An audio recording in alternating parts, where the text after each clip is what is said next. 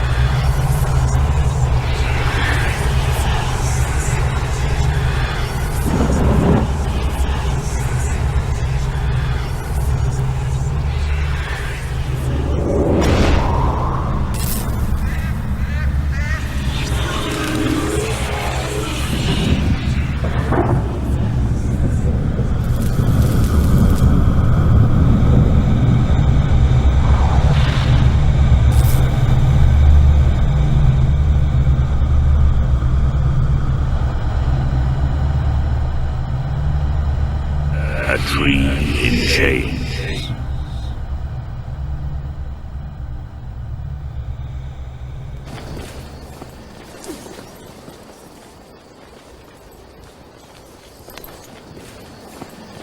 Alton itself obviously is a very small village, and it was owned and run by the 14th, 15th, 16th Earl.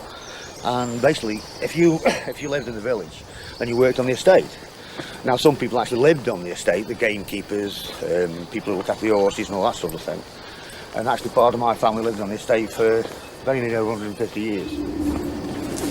And you've got to bear in mind, he owned literally everything for miles around. So he owned mines in Cheadle, he owned the mines and the canals in Cornlow locally. But he would come this way, and then he would be on his estate, probably 6 miles away, when he first did his estate. And we mentioned earlier about the flag tower, and that was the old idea of building that in about 1810. And it took 10 years to build the flag tower, but the old point of it was that you could actually see the flag tower from anywhere. It's snobbish. We're about, at the moment, we're about 2 miles away from Alton Towers. And as we go through this way now, you'll actually see where the chained oak is. He was extremely wealthy, I mean, extremely religious. I think if you relate how religious he was to the axe, to the curse that we talk about later on, you can understand why he took it so damn seriously. I mean, obviously, you've got the chained oak, you've got proof that something went drastically wrong at the end of the day. You would not chain a tree that size up if something wasn't, wrong. Was it a gypsy or was it a witch? Was it a witch or was it an old woman? The legend itself, as I say, has been in the village for hundreds of years. I wouldn't be very old when I first heard about the legend, and as a child and everything else, it's a ghost story. It's a thing that they've got it wrong. It doesn't exist. And then basically, what would you be, sort of 12, 13, when we actually saw the tree. And, it comes to an horrendous shock to actually see that, the damn thing exists, and it's spooky, Here we are, this is it. I mean, this is a tree that's chained up and still here to this day. You won't get many locals climbing the steps. You certainly won't get many locals, coming down here after dusk and going anywhere near that tree. This is where they would have stopped. This is exactly where, it would have all happened. This is where the witch or the gypsy, this is, what would have made the curse. This is the evidence behind us. You can see the tree right behind us all chained up. It's been chained up for over 180 years. If they open the vault, the meddling and things they don't understand.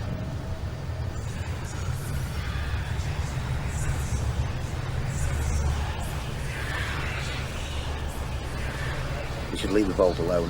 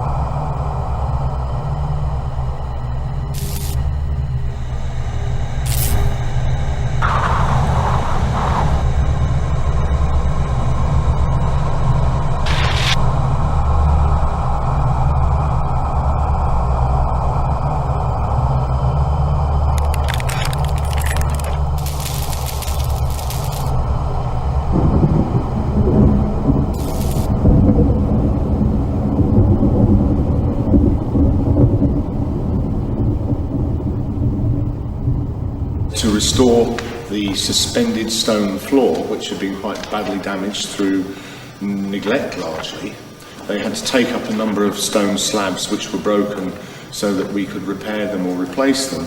And in so doing, they found what looked like some, I suppose you'd call them round, flat tin biscuit tins. They put them to one side, just being builders, possibly with a view to opening them up during their break, but we still had the archaeologists on site, and they recognised them, or they thought they recognised what they may be, so they relieved them, sent them along to a laboratory where they were opened under laboratory conditions, and they found undeveloped Victorian filth, and it was very, very carefully treated and developed, and hey presto, we have the film of the oak tree being chained, which up until that time to many of us was little more than just a legend, but there was the evidence.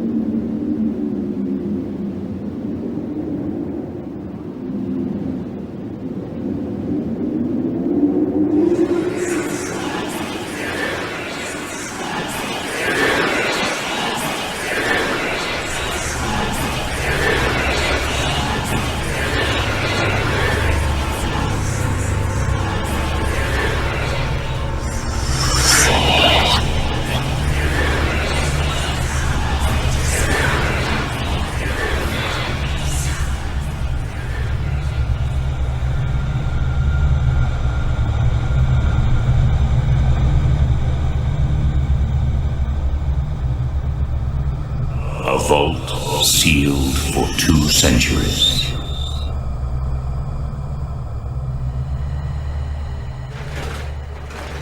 We started restoration work in the towers, and it was during that period that a number of old artefacts were found, including an old bookcase. That was moved using very traditional archaeological methods, but what we found behind was in fact clearly an archway which had been bricked up. Why was it there? Because all of our research, as these surveys show, there was nothing behind there. There never was anything behind there. So you just looked at it and you could see there's an arch, there's a head, there's the jamb, but it had been bricked up. So the archaeologists very, very carefully, literally with brushes and chisels and with trowels, very carefully raked out the mortar, dismantled all of the brickwork and masonry after it had been numbered and photographed, put to one side. We were getting a feel after we moved the first few bricks. We knew there was something behind there that we weren't expecting. And then we found the tunnel behind it.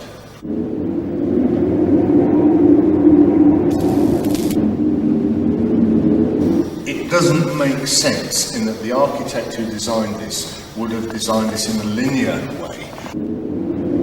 There should be a star shape. There's never been an entrance to another linear section. There has never been any evidence from the outside. There have been a number of staff who, whether they're from my building team, who have felt cold drafts, who felt moisture, condensation on their hands, equipment malfunctioning.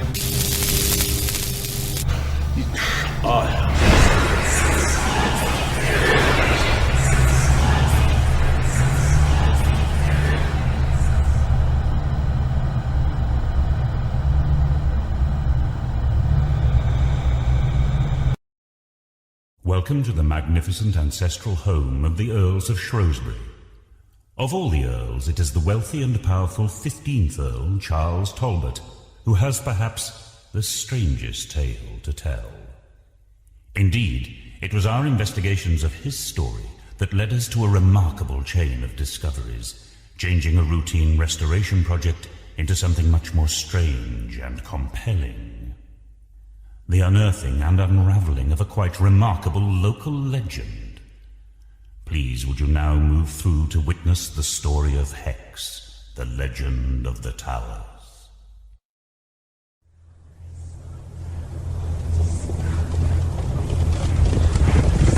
It was on a cold autumn night in 1821, when the thunder of hooves signalled the return of the wealthy 15th Earl of Shrewsbury back to his home, Alton Towers. As the journey neared its end, a mysterious figure suddenly appeared in the road.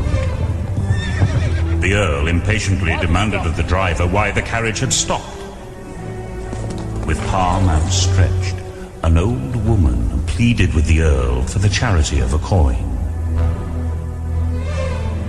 The Earl cruelly dismissed her and instructed his driver to head back to the towers. Scorned, the old woman screamed a curse. For every branch of the old oak tree that fell, a member of the Earl's family would die.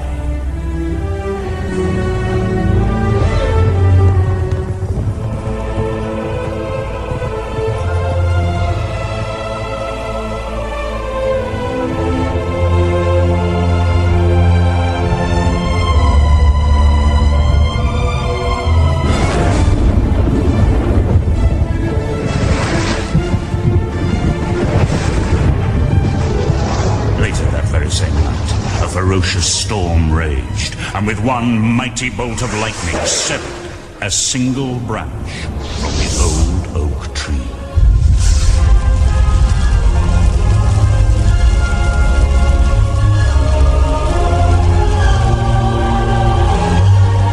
And true to the old woman's prophecy, a member of the Earl's family suddenly and mysteriously died.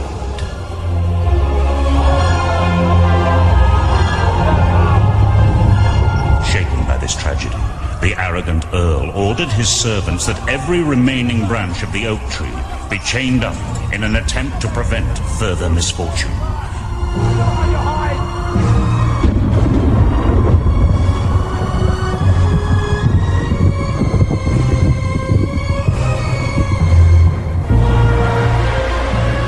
But the story didn't end there. Legend has it that the Earl became so obsessed with the fallen branch that he dragged it from the woods to the towers and sealed it in a secret vault. There he became locked into a furious battle of science versus the supernatural, conducting bizarre experiments in a desperate attempt to finally banish the evil power of the curse forever.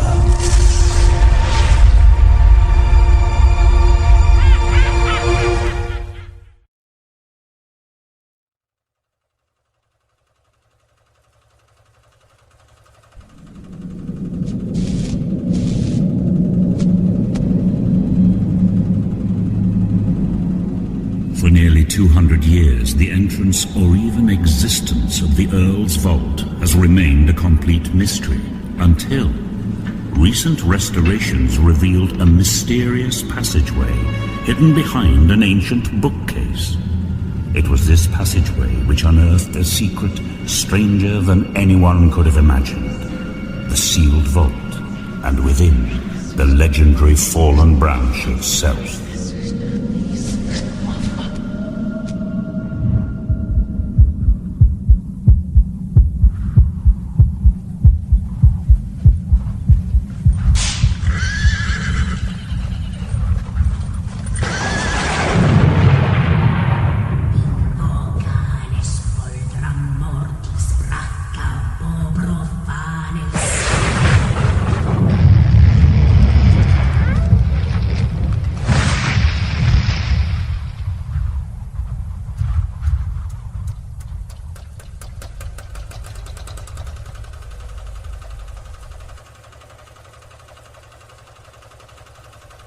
A vault sealed for 2 centuries. Due to some unusual disturbance presently being registered inside the vault, we would ask that you remain where you are momentarily.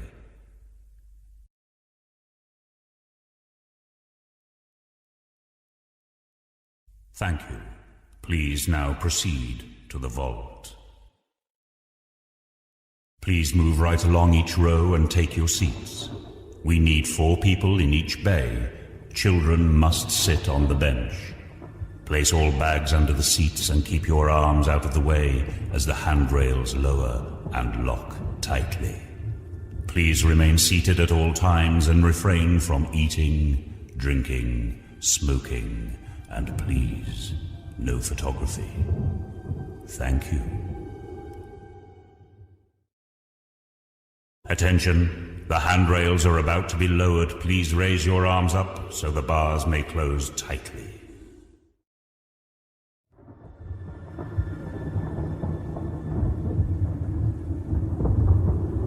And so, the legendary fallen branch, the focus of the Earl's obsession that has lain undisturbed for 200 years, chained in this vault.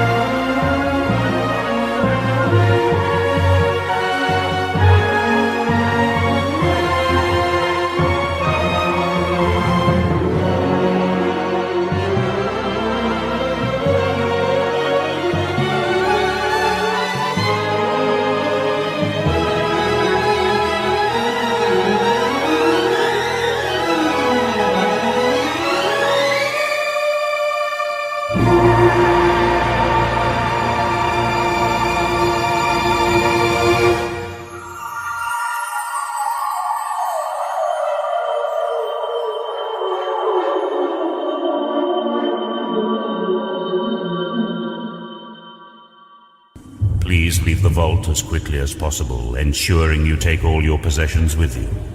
Thank you.